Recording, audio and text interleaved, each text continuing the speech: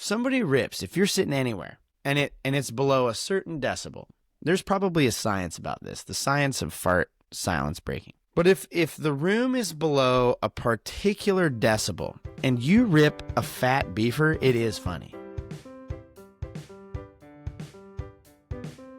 Welcome back to Privy. Privy is a podcast about bathrooms, recorded from my home bathroom. I'm your host, Hunter Hoover, and I love bathrooms.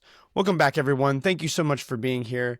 And thank you for listening to the show. It's a pleasure to have you in my home bathroom once again. Last time, Chris joined me in the podcasting studio away from podcasting studio here in the church bathroom. It's good to be home. I got a note. I just cleaned the bathroom. At the point of this record, we're sparkling clean. Like, I'm talking just finished cleaning this job just a bit ago. Look at the trash is it's spotless. So, it's the Privy Record Super Clean Deluxe Edition. Sparkling Clean Edition was a thought there. But I'm here to tell you, this bathroom had a night in the last couple weeks that it was not so clean. I had a mid-evening wake me up in my slumber bathroom that was so bad. And I was truly I was struggling. It was one of those where when you're done with it, you're like, am I going to be just super dehydrated? Like, what is my status after this? I'm not going to lie. After I got up, it was one of those where you get up and you wash your hands and like you're ready to get back in bed, and you get back in bed and your tummy is like, my wife sleeps hard. And if she didn't, she would have definitely heard those prayers of petition. I'm not sure what the culprit was. Usually when I have a rough tumbly, I can pinpoint and pin down what caused that situation. I know what I think it was. I think it was Domino's Pizza. Now, although I'm not confident, because I had Domino's Pizza and I had a weird tumbly, but then later on this last week, I had Domino's Pizza again at an Awana closing, and I did not have the rumbly tumblies after that. So I'm not sure what caused this challenge and this terrible problem, but it was not good. It was rough. But it was an hour long and 4 flushes. Terrible experience. And in other completely unrelated news, they selected a new pope earlier this month. Now, I am not Catholic, but for whatever reason, this papal selection process was much more public than I feel like it usually is. They've selected a pope previously in my lifetime. Like, since I've been an adult, I was in Bible college the time that the last pope got picked, and I don't remember all the pomp and circumstance. Like, I feel like this one was much more publicized. There was a lot more chatter around the pope, and I don't really understand it. But they've selected a new pope, and the world is abuzz because for the first time in forever, they have a pope from these United States. I don't think this is the guy that they expected, and I also think it's interesting. The news coverage is saying, oh yeah, they selected the pope in 2 days. Pope Francis died, and it was definitely like almost 2 to 3 weeks after that this new pope, I guess it's Leo now. I guess you get a new name. When you become pope, you get a new name. But they've got a new one. Pope Leo, previously Pope something Provost. And in the world news, a new pope, I guess, is kind of a big thing. Like, somebody's got to lead the lizard people in the Vatican. And I'm not Catholic, so I feel mostly the same about this as I feel about Canada electing their new Prime Minister of Woke Ideals. Actually, no, the Pope is probably more interesting and somehow more important. Canada is just tragic, as they pretty much choose to willingly continue in insanity. And they're like, well, the last guy, we didn't like him so much that he actually quit. But let's pick not somebody different, but somebody who's so similar to the last guy that maybe it'll be better this time. I don't know. Sorry, Canada. I love Canada. Do not love your politics. Maybe y'all do better with the Vatican system of selection. Like, you send a whole bunch of people in a room, pray, and then they puff smoke, and then it's done. It's a Canadian. I got it. They come out, and whatever color of maple syrup is on the pancakes, that's when you know. So every morning, they send a young man out with just a tray of Canadian cakes. And you look, and if the syrup is dark brown, then they got it. But if it's not, if it's that clear, liquidy, runny color, they're still picking. That Canada, just a thought, could be a solution for you there. But this week, we're not here to talk about the frosty, forbidden North, Canada. Though I could. Boy, howdy, could I talk about Canada for a while. I could talk about Canada for a minute. But we are, this week, going to talk a bit about Catholicism, which consequently, I could also say a lot about. Now, I will note, before we jump into our topic this week, I am not Catholic. I am Protestant, mostly kind of Reformed, but I love Catholic people. Catholic people are great. I have many friends who are Catholic. I have many friends who used to be Catholic, and I have no ill will to the Catholic Church. I'm just not a part of it. So I want to, this week, since there is a new pope in town, I thought it's as good a time as any to visit one of these things that has been sitting in my Privy Ideas notes for a while. We're going to discuss some fun bathroom-related or bathroom-adjacent patron saints. As we dive in, to give a brief overview of, if you're new to the game, Christianity or Catholicism in general, you might have heard that term patron saints and gone, well, what in the heck is that? Patron saints, in my understanding, is what at one time was kind of related to the idea of things being dedicated to a particular church leader throughout history. This one's going to get spicy, so we might as well make it. Now, Polar, not sponsored, but I got to restock my Polar today. I've only got one box left in the cupboard, and so we went raspberry lime. It's very delicious, as always. Polar. I challenge Polar to make a flavor that's not good. That's what I challenge. But it's this idea of like things throughout church history being dedicated to various church fathers or church leaders throughout its history. Often these buildings, usually churches or basilicas or other constructions that are built to display the glory of the church, were built over often burial places of these saints. And as such, they would be dedicated to those saints. So you got Saint Timothy, and Timothy's buried here, and they build a church over top of it, thus claiming the ground on which Timothy's built. And this is the basilica, or the church, or the whatever of Saint Timothy. It's how these things work. Sometimes the remains of the saints, like a leg bone or an artifact from one of them, like St. Timothy's very good pocket watch, or he didn't have pocket watches before those were a thing. But, they would have something, and sometimes they would have that, and it's buried underneath, and then they would build a church around it, or it would be in a box in the church, and then it would be dedicated to that saint. Or it could even be used in some of their rites. And I'm going to be honest for a moment. This is in many ways the part of Catholicism that is just kind of a little bit too much for me. Like, I understand the ties to history. Like, I get that. I love history.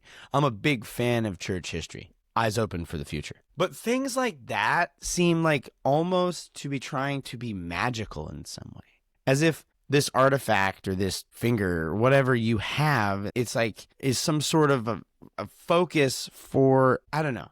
To me, it distracts. I think that's what differentiates me from many Catholics. It's like in games where you have to have the right component to do a specific magical thing. I don't know how I feel about it. And often these saints or these church fathers or these historical church figures would be invoked not as one to be prayed to, but you pray along with them. You pray to them so that they can help your prayer along. Like, they kind of give your prayer a little bit of a piggyback ride up to Jesus. And again, I think Jesus he's just fine. He can hear it just fine. It's like they're praying alongside you. That's like the understanding as far as I know it. Open invitation to be corrected on this, by the way. Like, This podcast is not the one in which lives much of my Bible and religious talk that exists out there. You can go find that, parableministries.com.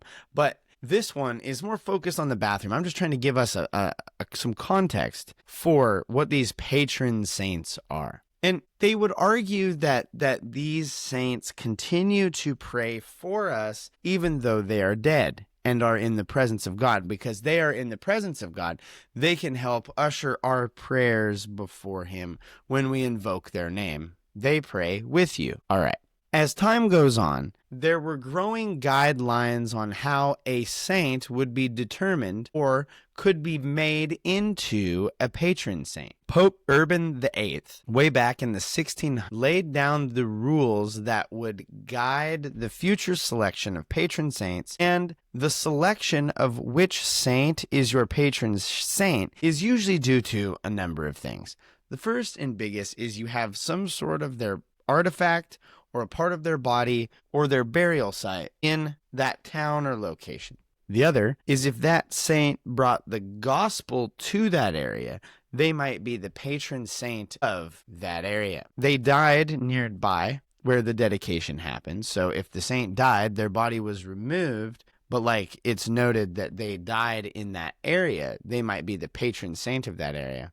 And then there are these like other criteria that are pretty situational that aren't really important for our purposes, but we'll get into them. As we move out of this mid-century into the Middle Ages, the practice of choosing a patron saint began to leave location-based choices and be more related to the ordinary interests of life: family, health, work, ailments, etc. At this time, patron saints were being chosen for the jobs that they had to represent them. If you were a carpenter, for instance, you would pray to Saint Joseph because Saint Joseph was a carpenter. Jesus' dad was a carpenter. Consequently, this seems to be also the time that maybe some of those names like last name Carpenter or last name Baker or last name Mills popped up as they were related to their work. Just a thought.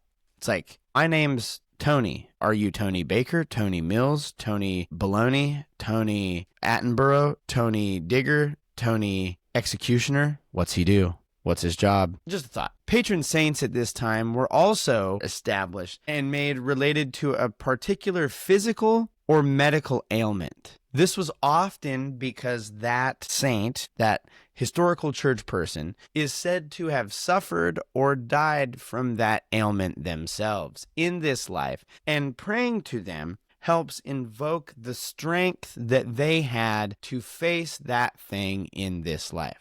One example of this is Saint Agatha, who was martyred in 250. She is said to be the patron saint for breast-related ailments and breast cancer, because she was killed when she had her breasts cut off for refusing to marry a non-Christian. Legend goes, when she appeared to others after her death, she had her ladies fully restored. Thus, she became the patron saint of breast-related ailments, with the hope that one day those who might have suffered those things in this life, either medically or otherwise, might be like Saint Agatha themselves. And these occupation-related and ailment-related patron saints is where we are going to turn our attention for this episode. This episode, we want to commit some time in honor of the new Pope to talk about some bathroom-related patron saints. The first on our list is Saint Vincent Ferrer. Saint Vincent preached the gospel primarily across the British Isles, where he is credited for converting some 25,000 Jewish people to Catholicism. One of the things he did in this effort was the repurposing and changing many Jewish synagogues into churches and parishes throughout the region. This is met with some controversy from Jewish writings that date from this time. Saint Vincent was made a saint by the church in 1455, almost 40 years after his death. And it should be noted, well, like, okay, that's all great, but like you said, we're doing Privy-related patron saints, and then you just told, why are we talking about this guy? We're talking about Saint Vincent because he is noted as the patron saint of plumbers. Really, he's the patron saint of builders, but that isn't as fun to talk about. Like, if you want to know, if you're a plumber and you're Catholic, Saint Vincent's your guy, the patron saint of plumbers. Old reliable right here. No. I suppose because those plumbers are part of buildings and trades? I don't know. Also, he's Italian, Saint Vincent, the Italian plumber. Mario. This is the patron saint for Mario. Mario. Saint Vincent's your guy. Mario has to be Catholic, right? Next on our list is Saint Vitalis of Assisi. Vitalis of Assisi is listed as the patron saint of bladder and genital disease. Huh? What did he say? Genitals? Here on Privy, the bladder and genitals feel right at home. The bladder and genitals are right at home in the bathroom. That's what we can remind ourselves. Most disorders related to the bladder and genitals are going to manifest themselves in the bathroom at some point, right? Maybe even the bedroom. Heyo. But like, why did Vitalis get the whole bladder gig? Like Saint Vitalis of Assisi, why is he the bladder and genitals guy?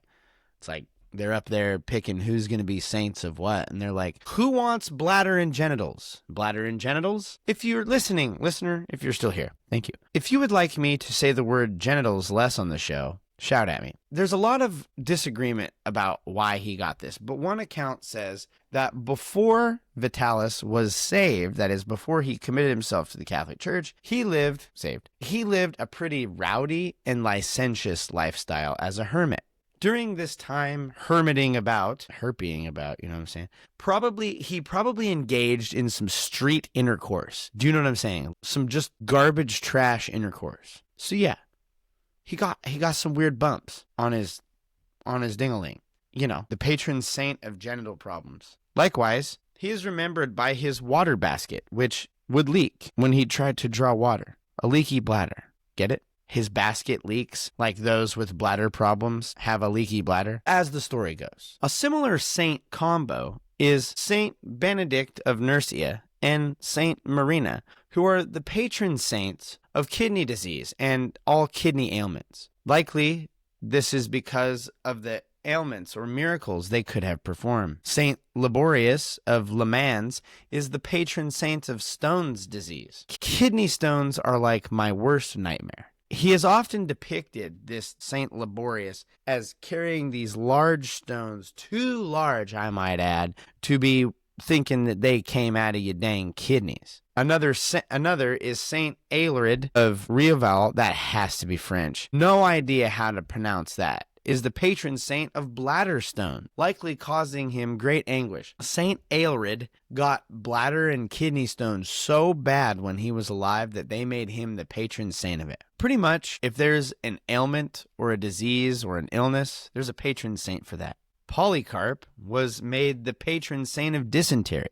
He should have been the patron saint of the Oregon Trail, because I died from dysentery so many times on the Oregon Trail growing up. Like, it's not even funny. It's more just frustrating. It really simulates how often that died. People died from that in real life. All of these, St. Liborius, St. Aelred, St. Polycarp, St. Benedict, St. Marina, all of these are patron saints because of the ailments that they suffered in this life. One special mention in this list is St. Genesius, who, for my money, is the patron saint of fart jokes. Bear with me. Genesius was a comedian in Rome who was killed. As the story goes, Genesius, the leader of a theatrical troupe in Rome, was performing one day for Emperor Diocletian, and wishing to expose Christian rites to the ridicule of his audience, pretended to receive the sacrament of baptism. He pretended to be baptized into the Catholic Church. Now, when the water had been poured on him, he proclaimed himself a Christian.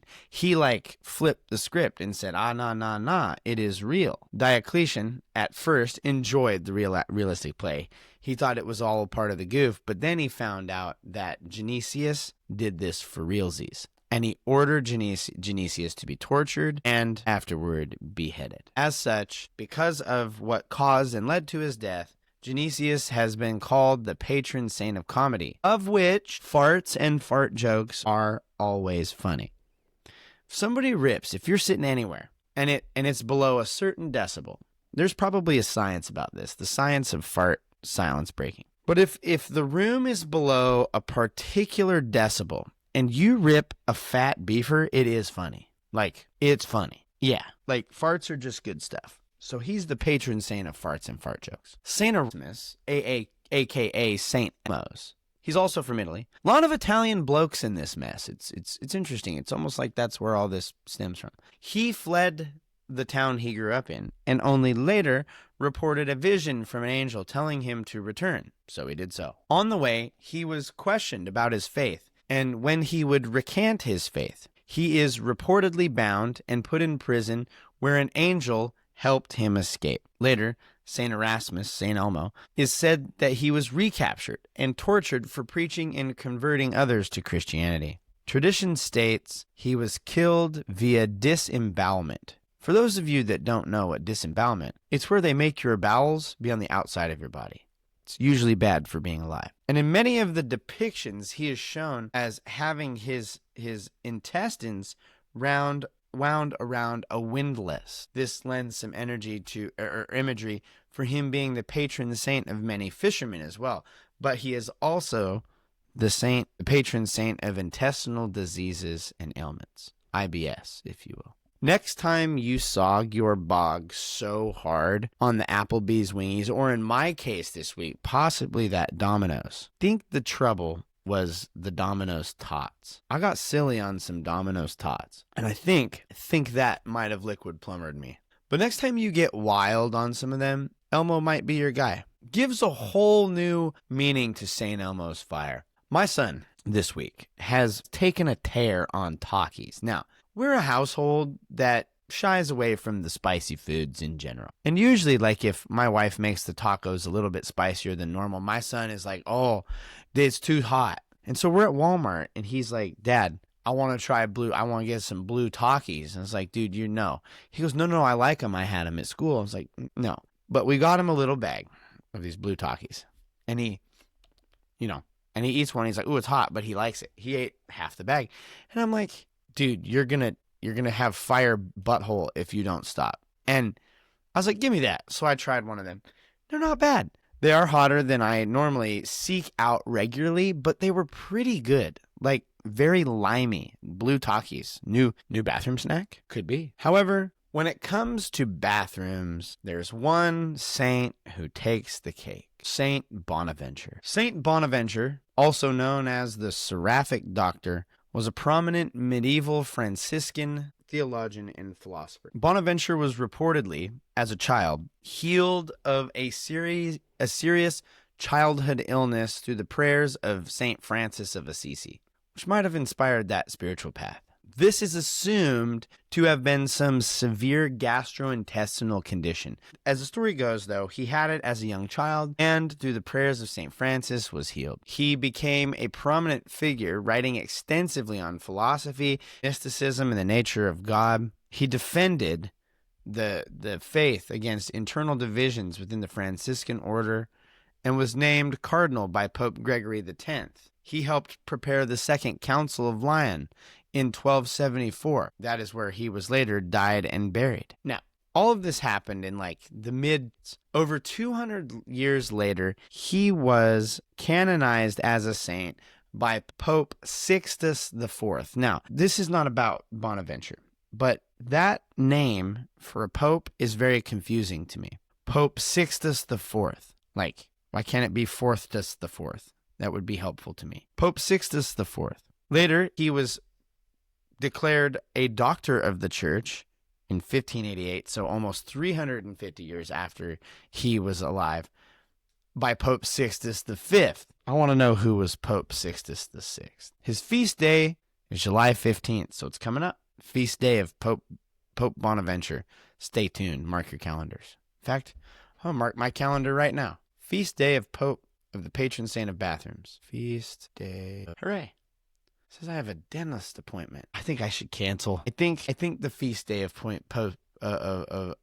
Saint Bonaventure is probably a good reason to not go to the dentist, right? While not historically confirmed through his writing nor known miracles, Saint Bonaventure is considered the patron saint of bowel disorders, likely to that miraculous healing when he was a small child. If you have a bowel disorder, Saint Bonaventure's your guy. Things like IBS, abdominal pain, gas, bloating, diarrhea, constipation, inflammatory bowel disease, IBD. These can include Crohn's disease, ulcerative colitis, celiac disease, which is an autoimmune condition, apparently, that can't do gluten, diverticulitis, constipation, diarrhea, hemorrhoids, anal fissures, bowel obstruction. Dear God, help us all. Bowel, that sounds bad. A blockage that prevents food or, If you have any of these ailments or disorders, Saint Bonaventure, if you're Catholic, is the patron saint for you. The patron saint of helping you poop. There's many, many other patron saints. All these patron saints start to feel like Ben 10 aliens. Like there's like 198 different patron saints out there. Gotta catch them all. And that's more than Gen 1 Pokemon. You got saints for really everything you could think you'd need one for. And here on Privy, we're not Catholic. At least I'm not. But if we were, if the show had a patron saint, it'd be Bonaventure, the patron saint of the Privy. So it's all in just fun, because we're not. This brings us to the end of another episode of Privy. Thank you so much for being here. As always, leave the show a rating or review. I'm going to show you how quickly it works. You go on in here. Don't look at my code. You click on the thing. You go right on into, let's pick something. Let's leave a show a rating or review. How do I get to my shows? Oh, library. Yes. Yes. You go right on in here, you scroll right on down, and right in there, you just click that 5-star options are preferred, and it takes but 20 seconds, if that. Leave us a rating and review. For every rating and review you leave, we will donate $1 to the Wounded Warriors and Living Water International. Living Water International as a reminder to keep pooping in the free world. That free world was not always free. And as a pursuit for cleaner water for all. Not everybody has it, but everybody should. We have a store on the Privy website, Privy-Cat. We have a store link, and it's a link to our sticker mule store. I will note I'm trying to bring costs down, and I'm constantly reworking how we do store items. But if you want to order some stickers or other things you find there, I would love for you to do so. Share some pictures if you have Privy swag, whether it's stickers or whatever. Send us some pictures of that. We'd love to share it with our social media stuff. Share the show with a friend. Tell somebody, hey, I heard they picked a new pope. This guy talked about patron saints related to bathrooms. It's kind of similar. Email us, privycast@gmail.com. We'd love to hear from you. Episode suggestions, ideas, concerns, feedback. Yeah, hit us up. Social media, we're at Privycast on all social medias. Go check us out on YouTube. We have video podcasts. If you're listening to this via audio, go check us out on YouTube. There is a video version. You can see me in my bathroom. You can see I'm still working through this toilet paper from our ranked. My sign. It's very dusty. Woof. 5 stars, wood poop here again. It's a great sign. Ought to be displayed more prominently. We'll get that right there. It's kind of hanging out. But yeah, go check us out. Watch the video. As always, we want to thank Kevin and Poddington for the use of their music as the intro and outro, as well as our transition music. You can check their music out on the description below. We'll put the links in there. This has been another episode of Privy. Thank you again for listening. Thanks for joining me here in my bathroom. Keep pooping in the free world. Own your stank. Smell the popcorn. And now, as always, don't forget to flush.